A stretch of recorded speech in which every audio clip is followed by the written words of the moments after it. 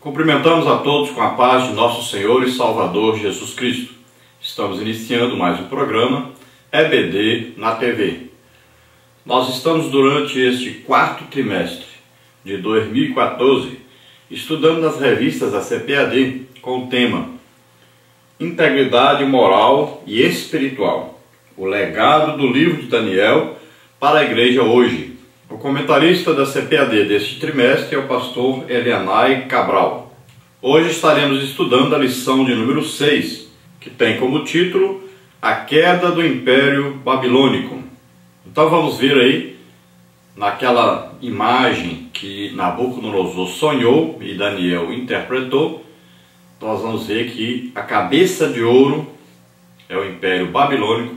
Então nós vamos ver hoje o final desse Império Babilônico. O texto áureo está em Daniel, capítulo 5, versículo 23, que diz: E te levantaste contra o Senhor do céu. Além disso, deste louvores aos deuses de prata, de ouro, de cobre, de ferro, de madeira e de pedra, que não veem, não ouvem, nem sabem. Mas a Deus, em cuja mão está a tua vida e todos os teus caminhos, a Ele não glorificaste. Então aqui Daniel acusa a Beltesazar de duas coisas.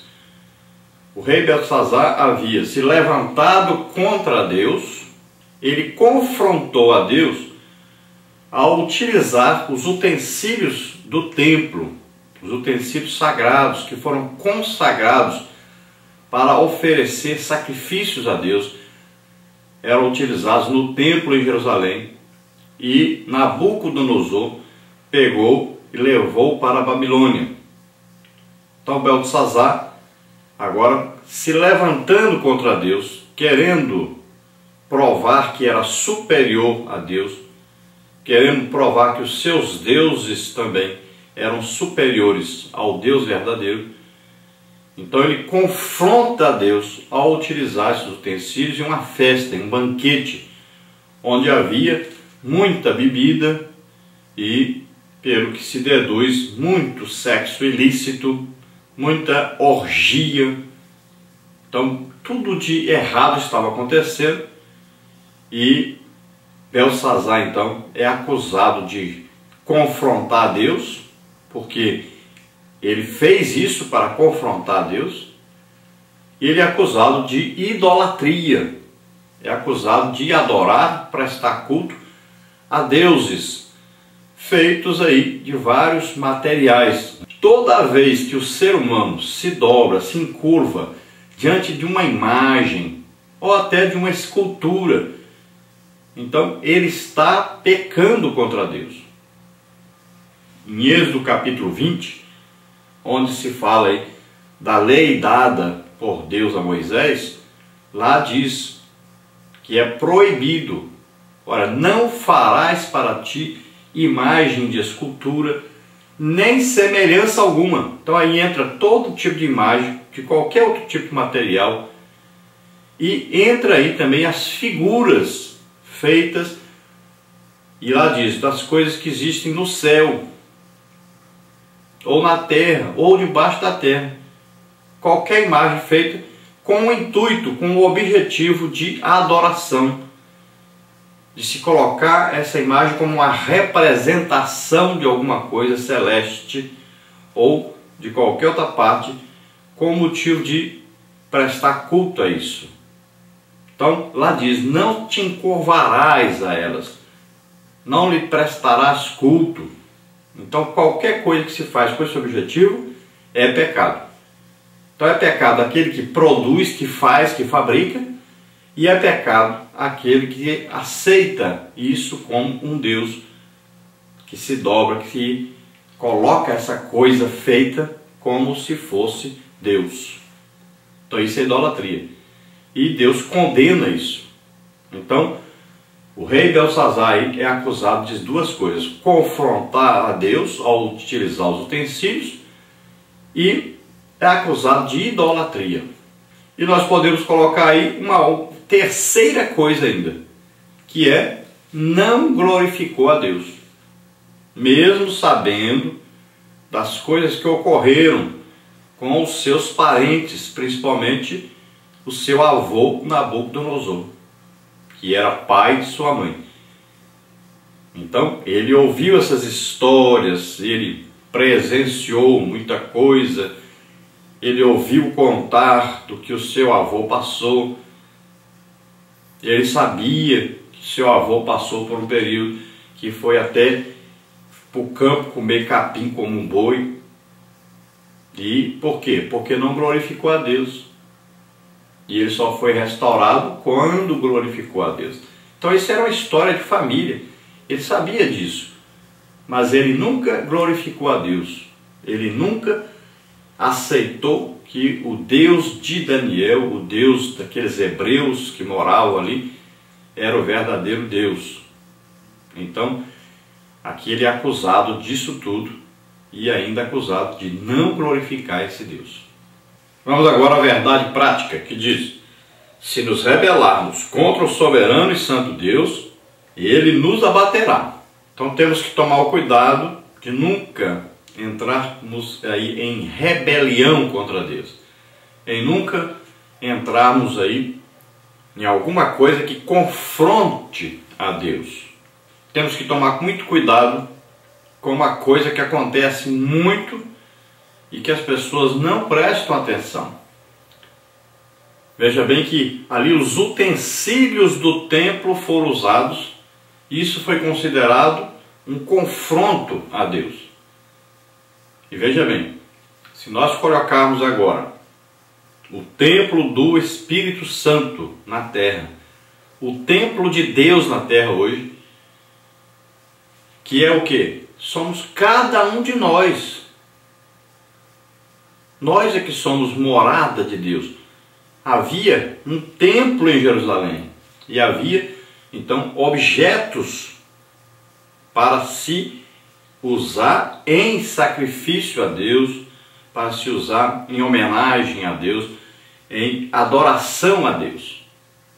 Então, se Deus considerou que esses objetos foram profanados, quando Beltesazar utilizou isso numa festa regada a bebida alcoólica, uma festa cheia de orgia, imagine agora que nós somos templo do Espírito Santo, Deus mora em nós, nós prestamos culto a Deus, e o que é utilizado para prestar esse culto a Deus? O nosso corpo agora. Então, nós temos que tomar todo o cuidado como utilizamos esse corpo. Se esse corpo estiver vivendo em prostituição, se esse corpo estiver envolvido em drogas, em bebida alcoólica, em vícios, então veja só, nós estamos profanando o objeto de culto a Deus, que é o nosso corpo. Então veja só, nós temos que manter o corpo de maneira santa, irrepreensível, separado do pecado, para que ele possa ser instrumento de Deus, para que ele possa ser instrumento de adoração a Deus. Porque senão Deus não aceitará o nosso louvor, a nossa adoração. Então muitas vezes as pessoas dizem que estão adorando a Deus, mas como adorar a Deus se um instrumento de adoração, que é o nosso corpo, está em pecado? Então não tem jeito, Deus não aceitará essa adoração. Então é preciso que nós conservemos o nosso corpo, a nossa alma, o nosso espírito irrepreensíveis, separados para Deus, santificados para Deus. Vamos ver aí a leitura bíblica em classe, que está em Daniel 5, versículos 1 e 2, versículos 22 até o versículo 30, que diz assim: o rei Beltesazar deu um grande banquete a 1000 dos seus grandes e bebeu vinho na presença dos 1000. Havendo Beltesazar provado o vinho, mandou trazer os utensílios de ouro e de prata que Nabucodonosor, seu pai, tinha tirado do templo que estava em Jerusalém, para que bebessem neles o rei, os seus grandes e as suas mulheres e concubinas. Agora o versículos 22 a 30. E tu, seu filho Beltesazar, não humilhaste o teu coração, ainda que soubeste de tudo isso, e te levantaste contra o Senhor do céu, pois foram trazidos os utensílios da casa dele perante ti, e tu, os teus grandes, as tuas mulheres e as tuas concubinas, bebestes vinho neles. Além disso, deste louvores aos deuses de prata, de ouro, de cobre, de ferro, de madeira e de pedra, que não veem, não ouvem, nem sabem. Mas a Deus, em cuja mão está a tua vida e todos os teus caminhos, a ele não glorificaste. Então, dele foi enviada aquela parte da mão, e escreveu-se esta escritura. Esta, pois, é a escritura que se escreveu: Mene, Mene, Tekel e Parzim. Esta é a interpretação daquilo. Mene, contou Deus o teu reino e o acabou. Tekel, pesado foste na balança e foste achado em falta. Peres, dividido foi o teu reino, e deu-se aos medos e aos persas. Então mandou Belsazar que vestissem Daniel de púrpura e que lhe pusessem uma cadeia de ouro ao pescoço e proclamassem a respeito dele que havia de ser o terceiro dominador do reino. Naquela mesma noite foi morto Belsazar, rei dos caldeus.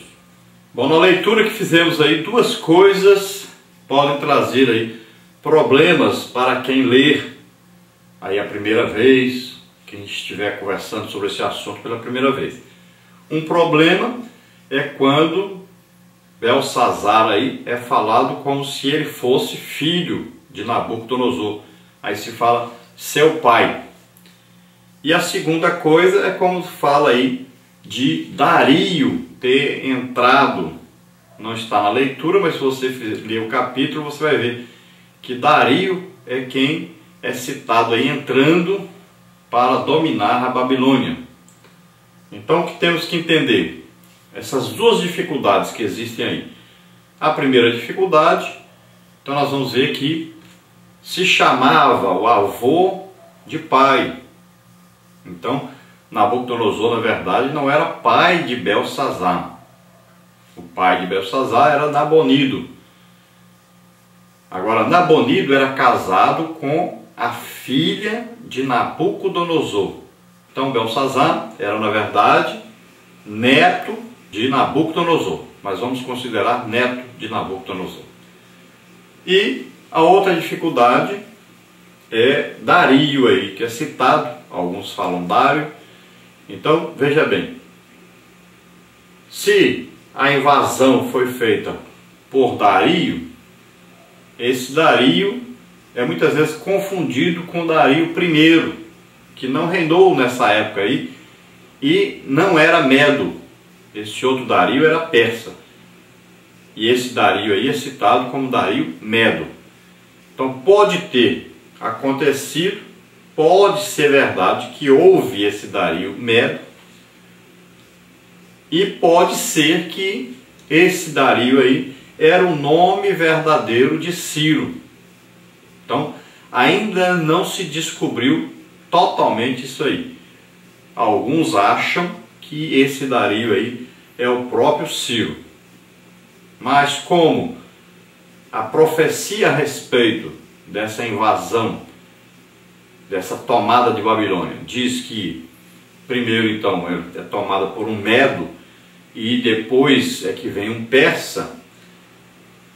Então pode ser que existiu esse Dario aí, Medo, que dominou antes desse outro Dario que viria depois. Então aí existe uma confusão, existe muita discussão a respeito disso. Muitos chegam a dizer que esse Dario aí, Medo, nunca existiu, que houve aí uma confusão ao se escrever esse livro. Então não sabemos ao certo. A grande maioria já tem achado que esse, na verdade, esse nome de Dario aí era o próprio Ciro, que invadiu então a Babilônia e tomou a Babilônia. Então nós ficamos nessa dúvida, não podemos afirmar nada, porque está escrito aí, é Dario o Medo. Então não temos certeza.